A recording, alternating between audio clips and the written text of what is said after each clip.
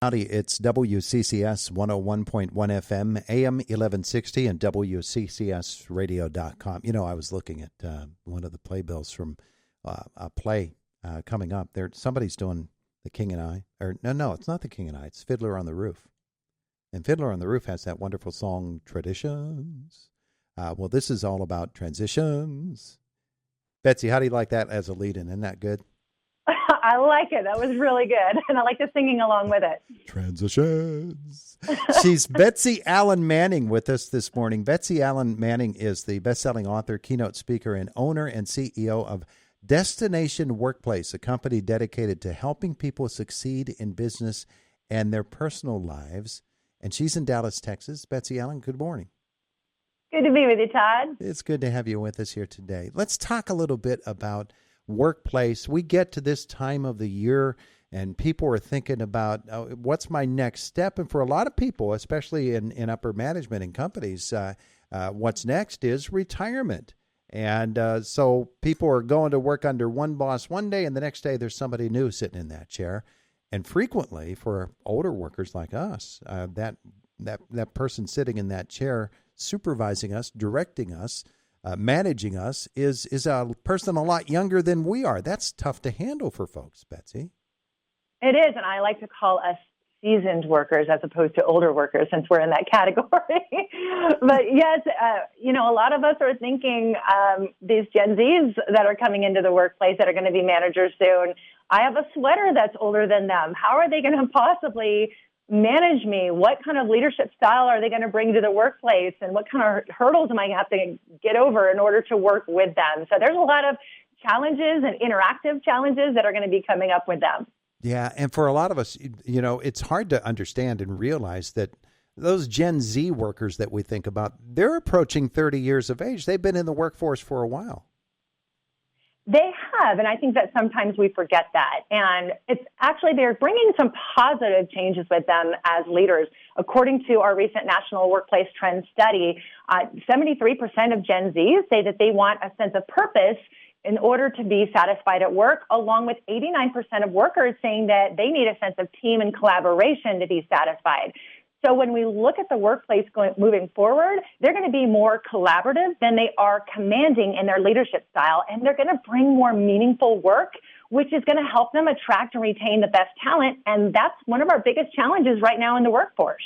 Obstacles, Betsy, there are going to be a bunch of them, and particularly, the way that we relate to each other. Older workers might have about themselves the idea that, what's this young whippersnapper know about work? And I've been working here for a lot of years, probably more than they've been born.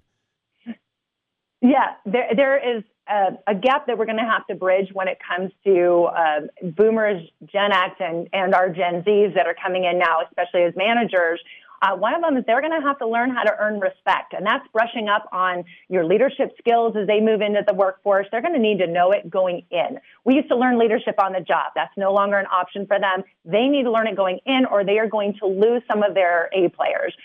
They're also going to have to bridge that communication gap. We have Gen Zs who are all about digital messaging. We have boomers and Gen X who are more about face-to-face interactions. So they're going to have to learn how to bridge that gap and create a good balance between the two. That's interesting that you say that because you get to thinking about, we're those of us who are seasoned and have been in the workforce for quite a while. We've been through the transition from old-style rotary phones to push-button phones and on the way up through, finally, we're here at smartphones, and they've not been through that, those younger folks. And so, you talk about set in your ways. Certainly, we can be. We would hope that our experience and the fact that we've had to go through transition would help us, but sometimes that's not always the case, and you run up against that generational thing, don't you? Yeah, and I think also, though, you hit a key point there. The Gen Zs, the smart ones, are the ones that are going to lean on their more seasoned and more experienced employees that are working for them and maybe get a little bit of mentorship on professional development from them, on some work ethic from them as well, and let them be an ally, not necessarily an enemy when it comes to the workplace. And just like I said, bridging that gap and earning the respect, that's the main hurdle that they're going to have to get over on both sides. So, what are some of the things that we can do as seasoned employees when we're dealing with younger managers and supervisors? Because obviously, we want to get along. We want to continue to make our business view us as being worthwhile. Yeah, well, one of the things we're going to have to do is learn that they're going to be implementing a lot of AI tools in order to be more efficient. So when it comes to their work ethic, they're about work smart, not work hard. They're going to use AI tools to be more effective, more efficient. They're going to cut down on meetings that we don't need to have. We're going to really need to respect their boundaries. We're used to working all hours that we need to in order to work hard. That's what we do. It's what we've been taught. We've been operating out of burnout for years and calling it grit, and they call it what it actually is, toxic and unsustainable. So they're going to set a new standard. They're going to set some boundaries and say, when I'm done, don't email me at 10 p.m. or call me and expect a return call or a return email. When I'm done for the day, I'm done for the day. And that's going to be the biggest challenge is we're used to getting that immediate feedback at whatever hour. That's really going to be hard for some folks, isn't it? Yes, it is. Oh man, and so we're going to have to deal with conflict management too, then, because we might have the idea, or I say we because I am an older worker, but older folks, senior employees are going to have to come to an understanding of what it is that the younger guys and gals are up against, and sometimes we don't want to give them that leeway. I think we need to bring compassion and empathy back to the workplace again, because the Gen Zs, they are about putting purpose back into the workplace. And I think that as long as we understand that, we can work well together. Conflict resolution, that goes for every single generation, is going to have to learn those skills. And a great company will help produce a great leadership program that provides that conflict resolution training for them. Betsy Allen-Manning is our guest here this morning on Indiana in the Morning. Betsy, is there the opportunity, or maybe that's not the word for it, is there a propensity for people in that situation when a new year begins? I choose that because we're at the beginning of one.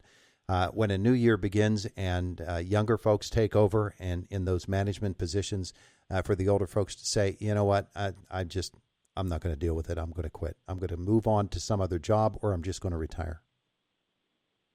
If you feel like it's your time to retire and you don't want to learn how to adapt to this new upcoming generation, that's okay. If it's your time to go out, then go out and go out with a smile. If you are going to stay, realize that the workforce is going to change and be willing to adapt to it and be willing to give your advice as well. And, in our company, we are teaching the Gen Zs and every generation, listen to your people because their input is valuable to you, and getting their input will also get their loyalty in the long term as well. Yeah, I guess you really do have to walk in a mile or so in somebody else's shoes, don't you?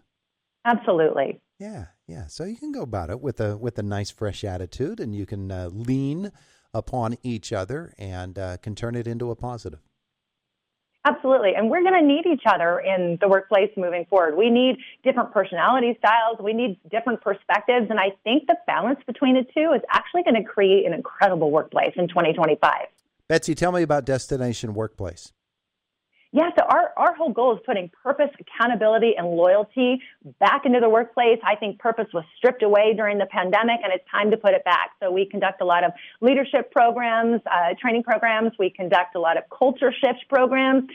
People don't have those toxic workplace cultures anymore, and they work in a place where they actually feel like I belong here, and I get excited about the work that I have. I want to stay. Yeah, so how do we learn about you? You can go to BetsyAllenManning.com if you want a keynote speaker, or you can go to DestinationWorkplace.com if you'd like to check out our company and download that National Workplace Trend Study. Beautiful. Betsy, have a wonderful weekend and a great new year. Thank you so much, Todd. You have a great new year as well. It is the voice of Indiana County. It's WCCS 101.1 FM, AM 1160, and WCCSradio.com.